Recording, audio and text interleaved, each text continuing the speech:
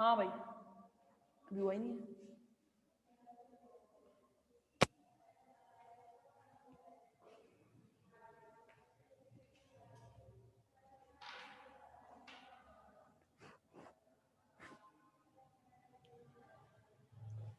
हाँ तो बताओ, डेंसिटी की बात कर रही हूं, इलेक्ट्रॉनों की संख्या जहां ज्यादा होगी, या मैं ये कहूं कि जहां पे अट्रैक्शन फोर्स ज्यादा होगा, इलेक्ट्रॉन ज्यादा बॉन्ड से बंधे हुए होंगे नाभिक से, और जितना ज्यादा बॉन्ड होगा उनके बीच में, ऑब्वियस सी बात है उनके घनत्व क्या होंगे, घनत्व क्या होंगे, ज्यादा होंगे। चलो इमेजिन करो, इमेजिन क्या, इसका अध्ययन करते हैं। मैं लिख रही हूं यहाँ scandium, titanium, vanadium, chromium, manganese, iron, cobalt, nickel, copper and zinc. ठीक है, अच्छा देखो, यहां पे इलेक्ट्रॉन यहां से यहां जाने पर न्यूक्लियर अट्रैक्शन फोर्स की वैल्यू बढ़ती है, यानी कि इलेक्ट्रॉन की नाभिक से बंधने की जो धात्विक बंध है उसकी प्रबलता बढ़ेगी, और जो मेटेलिक बॉन्ड की अगर प्रबलता बढ़ेगी तो ऑब्वियस सी बात है घनत्व के मान भी क्या होंगे, बढ़ेंगे कि नहीं बढ़ेंगे, बताओ, समझे कि नहीं समझे। बीच में ये तीनों की तीनों कोबाल्ट तक ये धात्विक बंध के मान स्थिर हो जाते हैं, ज्यादा चेंज नहीं है। और लास्ट में चूंकि नाभिकीय आकर्षण बल का मान घटता जाता है तो इलेक्ट्रॉन की नाभिक से बंधने की प्रकृति कम हो जाएगी, और अगर कम हो जाएगी तो घनत्व के मान भी क्या होगा, घनत्व के मान भी क्या होते चले जाएंगे, घटते चले जाएंगे। लेकिन इसमें एक अपवाद है, मैग्नीज का घनत्व जितना होना चाहिए उतना ये पाया नहीं जाता है, इतना घनत्व नहीं पाया जाता, इसीलिए इसमें इसका कारण है कि इसका अर्धपूरित स्थायी विन्यास, समझ गए, अर्धपूरित स्थायी विन्यास के कारण इसका घनत्व जितना होना चाहिए इससे भी कम पाया जाता है, उतना नहीं पाया जाता है। तो समझ गए, मैग्नीज, मैग्नीज। अगला बात करेंगे गलनांक की। देखो सब एक दूसरे से कनेक्टेड है और ये इनमें से कुछ भी पूछ सकता है पेपर में। अच्छा गलनांक, जरा मुझे बताओ गलनांक का मतलब क्या है, गलनांक का मतलब क्या है बताओ। धात्विक बंध को तोड़ने के लिए जितनी ऊर्जा आपको देनी पड़ेगी, यही है ना, धात्विक बंध को ब्रेक करने के लिए जितनी ऊर्जा आपको देनी पड़ेगी,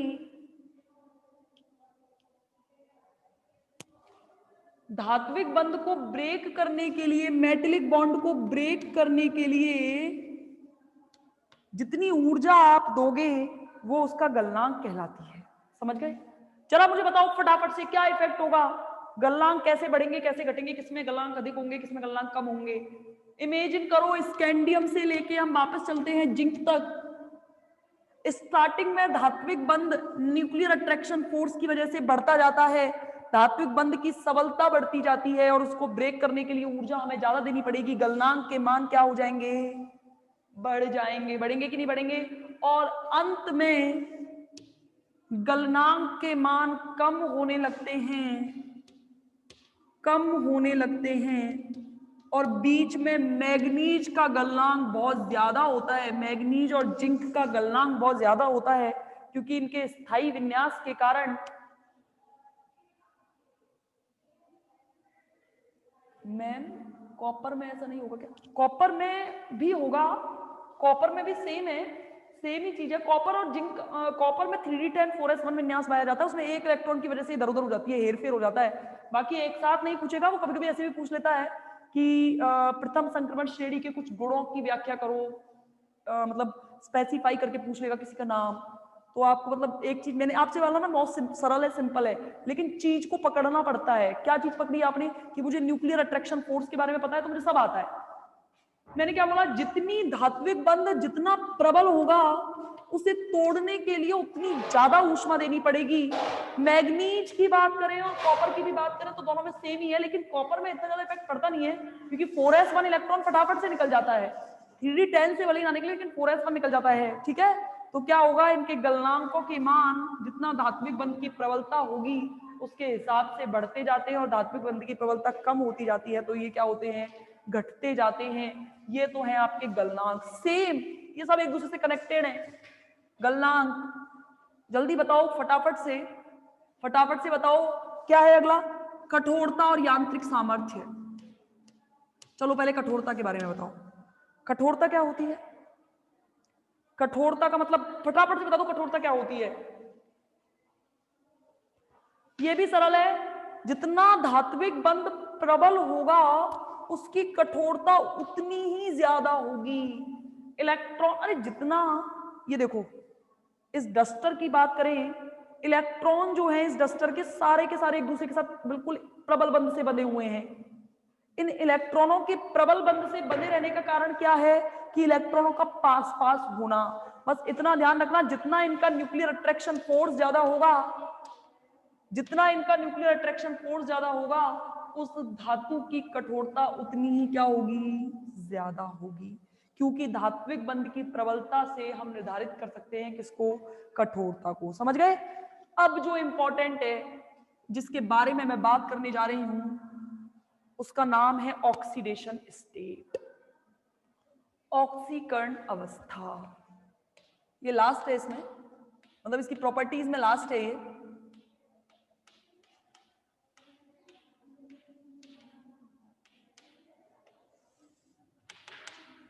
ऑक्सीडेशन स्टेट आपको अगर पढ़ा हो आपने, तो पीरियोडिक टेबल में डी ब्लॉक एलिमेंट अद्भुत ऑक्सीडेशन स्टेट दिखाते हैं, आश्चर्यजनक ऑक्सीडेशन स्टेट है, यानी कि बहुत ज्यादा है, मैग्नीज की +7 तक होती है।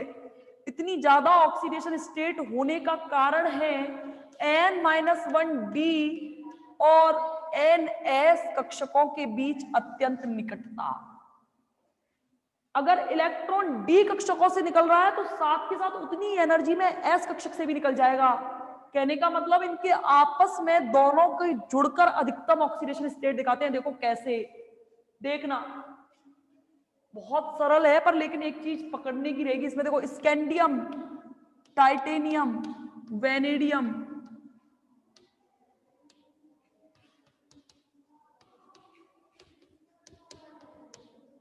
जिंक रह गया, जिंक क्या लिख देती हूँ, है ना, कोई दिक्कत तो नहीं है, वो वहीं आएगा लेकिन आया नहीं, ठीक है। इसका इलेक्ट्रॉनिक कॉन्फ़िगरेशन कितना, 3d1,4s2। देखो इसकी ऑक्सीडेशन स्टेट सबसे स्थायी है +3। कारण क्या है, 2 इलेक्ट्रॉन इसके और 1 इलेक्ट्रॉन इसका बाहर निकल जाता है, दोनों के बीच अतिव्यापन होता है।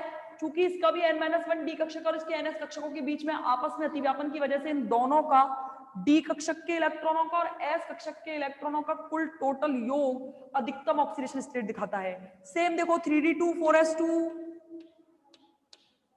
देखो भाई इसकी ऑक्सीडेशन स्टेट देखो क्या क्या हो सकती है, +2, +3 और +4।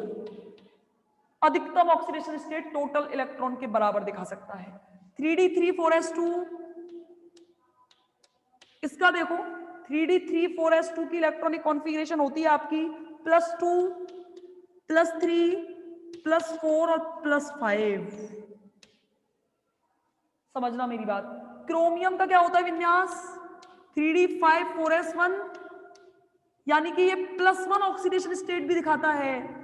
समझ में आ गया, +1 दिखाता है, +2 दिखाता है, +3 भी दिखाता है, +4 भी दिखाता है, +5 भी दिखाता है और +6 भी दिखा देता है कभी कभी।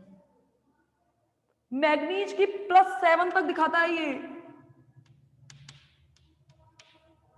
+2, +3, +4, +5, +6, +7। अब आयरन से देखो, आयरन से इसकी है 3d6,4s2।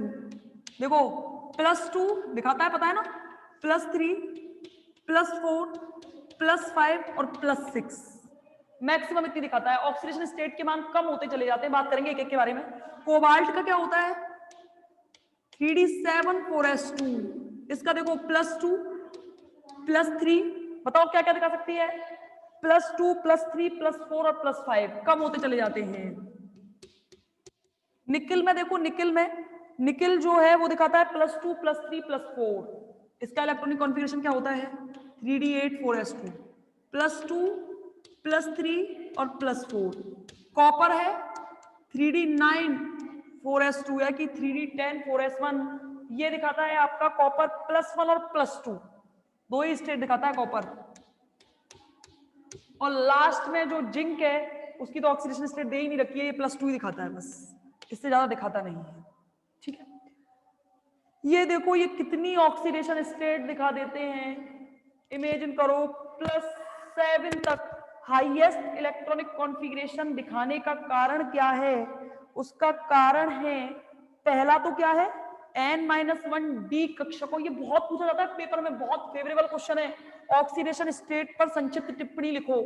एक एक चीज मेरी ध्यान समझना, पहले आपको बनानी है ये टेबल बनाने से पहले आपको लिखना है कि ऑक्सीकरण डी ब्लॉक प्रथम संक्रमण श्रेणी के तत्वों के द्वारा अधिकतम ऑक्सीडेशन स्टेट दिखाना बहुत ही अद्भुत है, आश्चर्यजनक बात है। उसका कारण है n-1d कक्षक और ns कक्षकों के बीच अतिव्यापन, जिसके कारण इलेक्ट्रॉन जब d से निकल रहा होता है तो साथ ही साथ s से भी निकल जाता है, और अधिकतम ऑक्सीडेशन स्टेट ये d और s दोनों में उपस्थित इलेक्ट्रॉनों के योग के बराबर दिखा देता है। इसमें होता क्या है, इसमें दूसरा कारण है कि इसमें ऑक्सीडेशन स्टेट लगातार बाएं से दाएं बढ़ने का कारण है क्या है, d कक्षकों में अयुग्मित इलेक्ट्रॉनों की संख्या का बढ़ना, क्योंकि अयुग्मित इलेक्ट्रॉनों को निकालना अपेक्षाकृत युग्मित इलेक्ट्रॉनों से अधिक होता है। चूंकि यहां से यहां तक चलने पर, मैग्नीज तक चलने पर, देखो मैग्नीज में हाईएस्ट 5 इलेक्ट्रॉन अयुग्मित होते हैं और इन अयुग्मित इलेक्ट्रॉनों की वजह से ये +7 दिखाता है, लेकिन उसके बाद में आयरन का विन्यास हो जाता है 3d6 4s2, तो वहां से इलेक्ट्रॉन आपको मेन एक तो मान लो मैक्सिमम किससे निकल गए, 2 तो 4s से निकल गए और 4 किससे निकल जाते हैं d6 से। समझ रहे हो ना, कुछ ऐसा देखो भाई, कुछ ऐसा मैग्नीज तक बात करेंगे तो 5 अयुग्मित इलेक्ट्रॉन मिलेंगे आपको, मैग्नीज तक बात करोगे तो 5 अयुग्मित इलेक्ट्रॉन मिलेंगे आपको। ये पांचों की पांचों अयुग्मित इलेक्ट्रॉन की संख्या हाईएस्ट है यहाँ पे, और हाईएस्ट है तो इसलिए ये पांचों की पांचों बाहर निकलने की क्षमता रखते हैं। आयरन में 3d6 होने की वजह से 4 तो इसके और मैक्सिमम 4s के दोनों इलेक्ट्रॉन निकल सकते हैं, तो अयुग्मित इलेक्ट्रॉनों की संख्या कम हो जाती है अंत के तत्वों में, इसलिए लास्ट में ऑक्सीडेशन स्टेट के मान कॉन्टिन्यूअसली क्या होते चले जाते हैं, कम होते चले जाते हैं। समझ में आ गया, नाभिक से दूर होते चले जाएंगे। नाभिक से दूर कौन से होंगे, ये पांचों युग्मित इलेक्ट्रॉन, इसकी वजह से नाभिक से दूर होने के कारण ये कौन सी स्टेट दिखाते हैं, +7 तक दिखाते हैं। और बताओ, लेकिन एक चीज इनसे देख के पता चल रहा होगा कि इनकी वर्ग संख्या से ज्यादा, यानी कि जितने इनके इलेक्ट्रॉन हैं बाह्यतम कोश में, उससे ज्यादा कभी जिंदगी में ऑक्सीडेशन स्टेट नहीं हो सकती है। देखा, दूसरा देखो जितनी इनके अधिकतम इलेक्ट्रॉन हैं, यानी कि अधिकतम ऑक्सीडेशन स्टेट है, वो केवल उतनी हो सकती है जितनी कि इसमें अधिकतम इलेक्ट्रॉन हो सकते हैं। इससे ज्यादा, यहाँ पे 6 है तो 6 तक ही दिखाएगा, इससे ज्यादा नहीं दिखा सकता। मैग्नीज में 7 है तो 7 तक दिखाएगा, भले कम हो जाएंगे लेकिन अधिक कभी नहीं हो सकते। समझ गए। अगला देखो